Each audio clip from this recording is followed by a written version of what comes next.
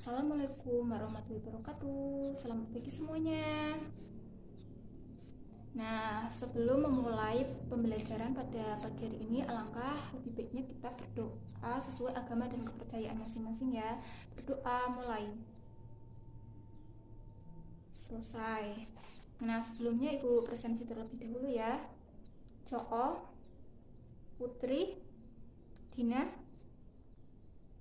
Oke, berarti semuanya masuk semua ya. Nah, sekarang Ibu mau tanya, usia kalian itu berapa ya? Nah, usia 17 tahun pasti sudah mengalami banyak perubahan yang ada pada diri kalian kan? Nah, Ibu minta kalian eh, sebutin perubahan apa yang terjadi pada diri kalian, ayo. Nah, betul. Salah satu perubahan yang terjadi pada diri kita yaitu perubahan pada cara berpakaian kita. Nah, cara berpakaian kita itu merupakan salah satu juga dari perubahan pada gaya hidup.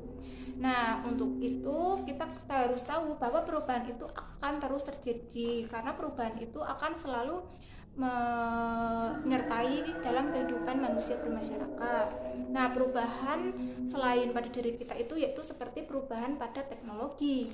Karena apa? Sekarang kan teknologi banyak yang lebih canggih ya karena terjadinya perubahan seperti handphone yang jadul ke HP yang pintar yang dikenal dengan apa itu HP smartphone ya.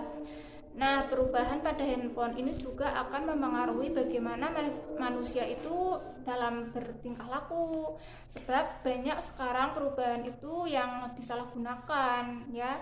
Bahkan menyebabkan berbagai perubahan pada sistem masyarakat.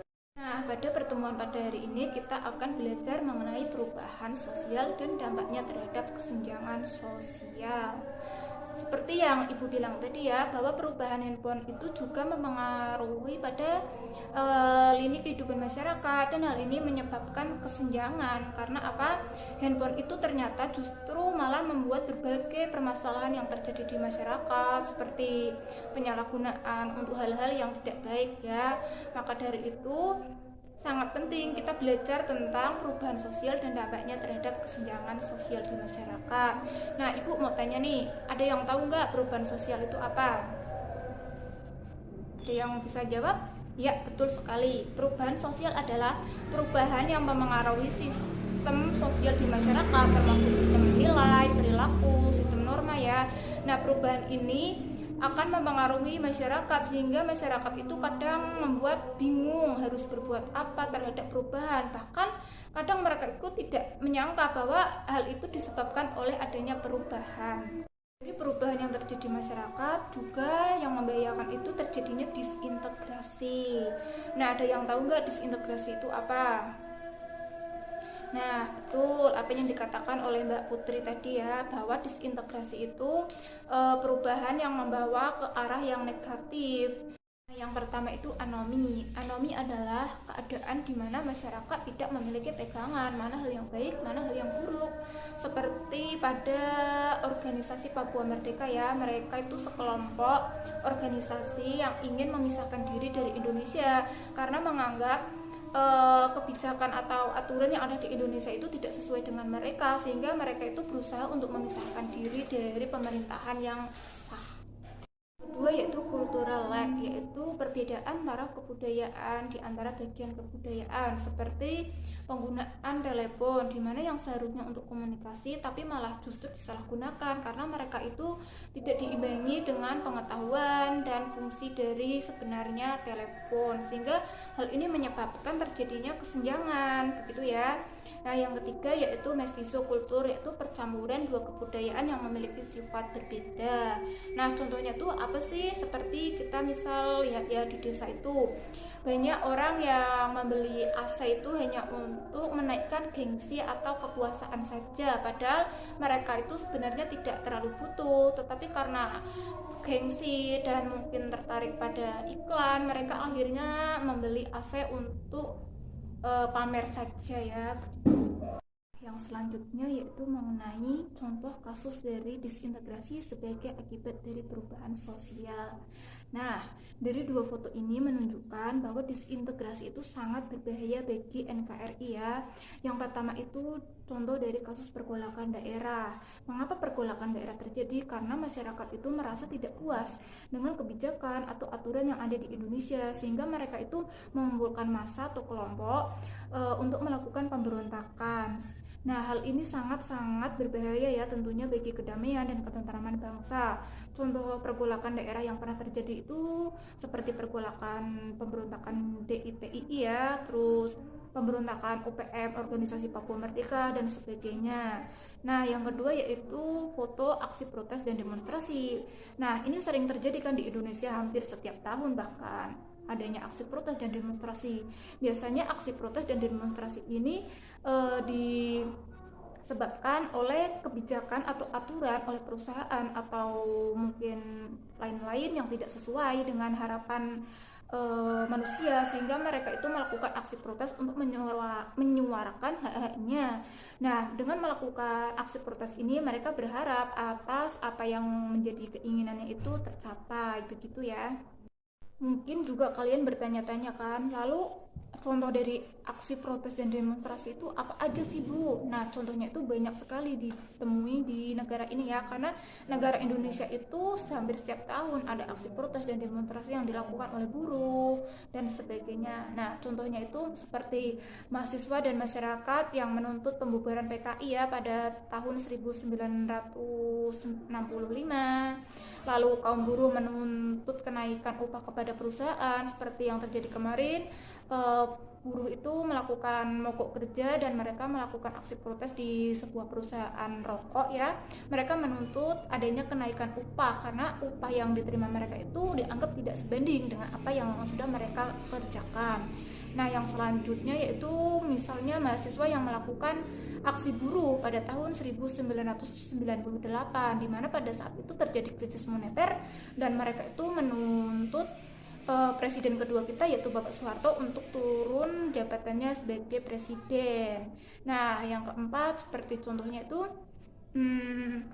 mahasiswa yang biasanya itu sering melakukan aksi protes terhadap pemerintah ketika pemerintah itu menaikkan harga BBM, di mana seharusnya harga BBM itu yang turun, justru semakin tahun itu semakin naik. Hal ini tentu akan memberatkan masyarakat karena masyarakat akan semakin terjerat oleh kebijakan yang sangat memberatkan masyarakat. Nah, itu beberapa contoh, tapi contoh-contoh lainnya juga banyak sebenarnya ditemui di masyarakat ya. Kalian bisa menambahkan sendiri ya. Dari penjelasan Ibu ada yang mau bertanya atau menyanggah atau hal lain sebagainya?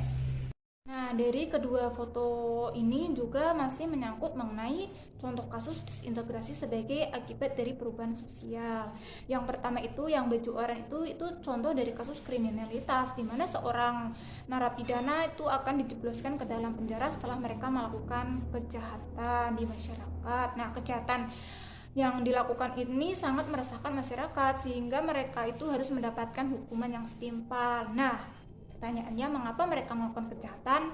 Nah, terkadang mereka itu melakukan kejahatan karena difaktori oleh berbagai hal ya, seperti faktor ekonomi, faktor sosial, atau masalah dalam kehidupannya. Sehingga mereka itu karena adanya perubahan yang terjadi di masyarakat itu menggiring mereka untuk melakukan perubahan dengan melakukan tindakan kriminalitas, begitu ya. Nah, yang kedua yaitu contoh dari kasus kenakalan remaja. Seperti bisa dilihat ya, itu ada seorang siswa yang sedang merokok di angkutan umum. Dengan pedenya ia melakukan tindakan kenakalan remaja ya, dengan merokok. Ia tidak malu ataupun berpikir hal-hal lain, padahal itu di angkutan umum ya yang dilihat oleh banyak orang, tapi mereka itu tidak peduli apakah itu merupakan sebuah kenakalan remaja atau perbuatan menyimpang. Yang penting mereka itu enak begitu ya biasanya. Nah, kenakalan remaja juga biasanya itu disebabkan oleh seorang siswa itu yang ingin mencari jati dirinya, sehingga mereka itu melakukan berbagai hal yang dianggap sesuai dengan dirinya ya, padahal hal itu sangat tidak baik bagi dirinya begitu. Lalu penyebab dari disintegrasi sosial yang terjadi di masyarakat itu apa aja sih? Nah, berikut akan dijelaskan beberapa penyebab yang membuat terjadinya disintegrasi sosial di masyarakat. Nah, yang pertama yaitu adanya rasa tidak puas dan keinginan untuk melawan seperti dalam gerakan radikalisme. Nah, radikalisme ini sangat-sangat berbahaya bagi ketentraman dan kedamaian NKRI ya, karena radikalisme ini berusaha untuk melawan kebijakan atau paham dari suatu negara yang sudah sah dan dilegalkan. Mereka itu ingin mendirikan suatu pemahaman baru yang dianggap sesuai dengan mereka.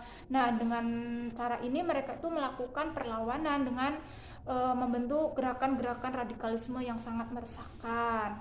Nah, yang kedua yaitu adanya rasa kecewa dan ketidaksetujuan masyarakat pada suatu hal seperti kebijakan. Nah, hal ini seperti yang Ibu tadi jelaskan, misalnya buruh ya.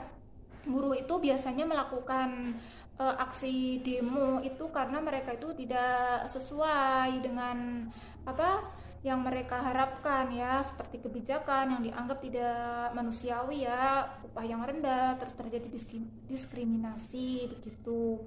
Nah, yang ketiga yaitu kurangnya nilai-nilai yang ditanamkan oleh orang tua. Biasanya ketika nilai-nilai yang ditanamkan oleh orang tua ini tidak ada, maka seorang anak itu akan melakukan hal-hal yang bebas. Mereka itu tidak ada kontrol atau kendali, sehingga dalam menyikapi perubahan itu mereka ya itu sebebas-bebasnya tanpa mengetahui mana hal yang baik dan hal buruk. Yang terpenting bagi mereka itu melakukan suatu gebrakan baru, padahal gebrakan baru yang mereka lakukan itu belum tentu benar dan baik gitu ya.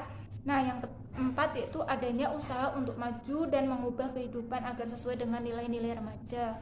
Nah, pada ini biasanya disebabkan oleh nilai-nilai yang mereka ingin lakukan itu untuk mencari hal yang baru dengan melakukan tadi seperti kenakalan remaja begitu ya. Padahal nilai-nilai yang ada itu belum tentu benar ya, harus diperhatikan dan diawasi oleh orang tua, sehingga nilai-nilai yang masuk ke dalam diri remaja itu harus benar-benar dikontrol oleh orang tua begitu. Upaya pencegahan disintegrasi sebagai akibat dari perubahan sosial, ada beberapa hal yang perlu kita lakukan. Mengapa pencegahan perlu dilakukan? Karena dengan melakukan pencegahan kita bisa terhindar dari hal-hal yang menyimpang atau hal yang mengarah kepada disintegrasi seperti yang sudah saya jelaskan tadi ya. Nah, untuk itu apa aja sih pencegahan yang bisa dilakukan? Yang pertama yaitu meningkatkan rasa nasionalisme dan menjunjung tinggi nilai toleransi. Yang kedua yaitu menegakkan hukum secara adil dan merata di masyarakat. Sebab ketika hukum yang ditegakkan di masyarakat itu sudah adil, maka masyarakat akan semakin menaruh rasa percaya kepada pemerintah karena kebijakan itu memang sudah adil dalam pelaksanaannya. Yang ketiga yaitu melawan gerakan separatisme. Gerakan separatisme sangat membahayakan bagi NKRI ya, karena gerakan separatisme ini berusaha untuk melawan pemerintahan yang sah. Mereka melakukan gerakan-gerakan yang menyimpang. Dengan cara ini mereka ingin kelompoknya itu terbebas dari NKRI dan mereka ingin mendirikan suatu negara yang baru begitu ya. Nah, yang keempat yaitu penyuluhan akan kesadaran hukum. Melalui penyuluhan yang ada di masyarakat secara merata, maka masyarakat itu akan terbangun kesadarannya bahwa perubahan itu tidak selamanya berdampak positif tapi juga berdampak negatif, sehingga adanya sosialisasi dan penyuluhan ini sangat diperlukan. Nah, yang kelima yaitu memfungsikan secara optimal lembaga sosial kemasyarakatan sebagai lembaga kontrol. Nah, seperti lembaga keluarga, lembaga sosial ini sangat diperlukan karena lembaga sosial dan keluarga inilah yang akan membangun kesadaran akan pentingnya nilai-nilai dan norma pada diri kita, sehingga kita bisa tahu bahwa perubahan itu memiliki dampak negatif seperti dampak yang menjurus kepada disintegrasi seperti itu. Dari penjelasan Ibu tadi ada yang ingin ditanyakan? Saya tanya Bu, contoh dari gerakan separatis. Baik, terima kasih atas pertanyaannya. Nah, contoh dari gerakan separatis yang pernah terjadi di Indonesia itu seperti pemberontakan PKI Madiun, lalu pemberontakan DITII. Nah, itu merupakan dua contoh kasus yang terjadi di Indonesia hingga memakan korban banyak ya, karena gerakan pemberontakan tersebut memakan banyak korban jiwa. Kalau tidak ada yang ingin ditanyakan lagi, mungkin Ibu cukupkan pertemuan kita pada pertemuan hari ini. Mohon maaf apabila dalam penyampaian materi tadi ada salah kata dan sebagainya. Kita bertemu lagi pada hari Rabu 25 Juli. Cukup sekian. Wassalamualaikum warahmatullahi wabarakatuh. Terima kasih semuanya ya.